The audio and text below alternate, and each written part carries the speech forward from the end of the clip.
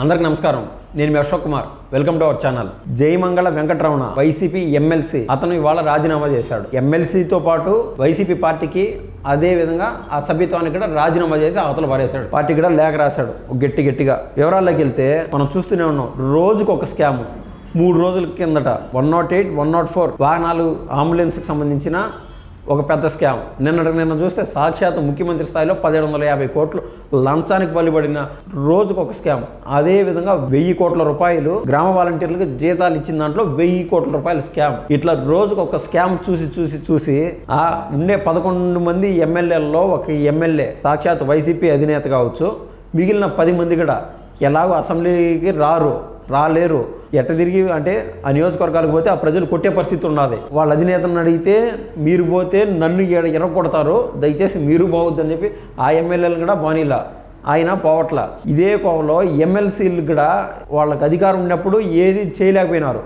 రాష్ట్రానికి ఆ నియోజకవర్గాల యొక్క ప్రజల యొక్క సమస్యల కోసం ఏ మంచి చేయలేకపోయినారు. సరే, ఎలాగో ప్రభుత్వంలో పార్టీ లేదు కాబట్టి రాజీనామా చేస్తే మనశ్శాంతిగా ఉంచినట్లుగా అర్థమవుతుంది. ఎందుకంటే అసెంబ్లీలో చూస్తూ ఉంటే దగ్గరలో అనర్హత వేటుపడి ఈ 11 మంది ఎమ్మెల్యేల పైన వేటుపడే అవకాశం ఉన్నది.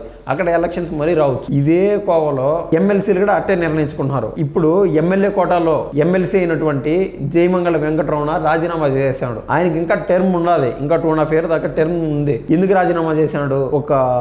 ఒక డెప్త్కి వెళితే అర్థమవుతుంది. బాలినేని శ్రీనివాసరెడ్డి రీసెంట్గా జనసేనలో అయితే జాయిన్ అవ్వడం జరిగింది.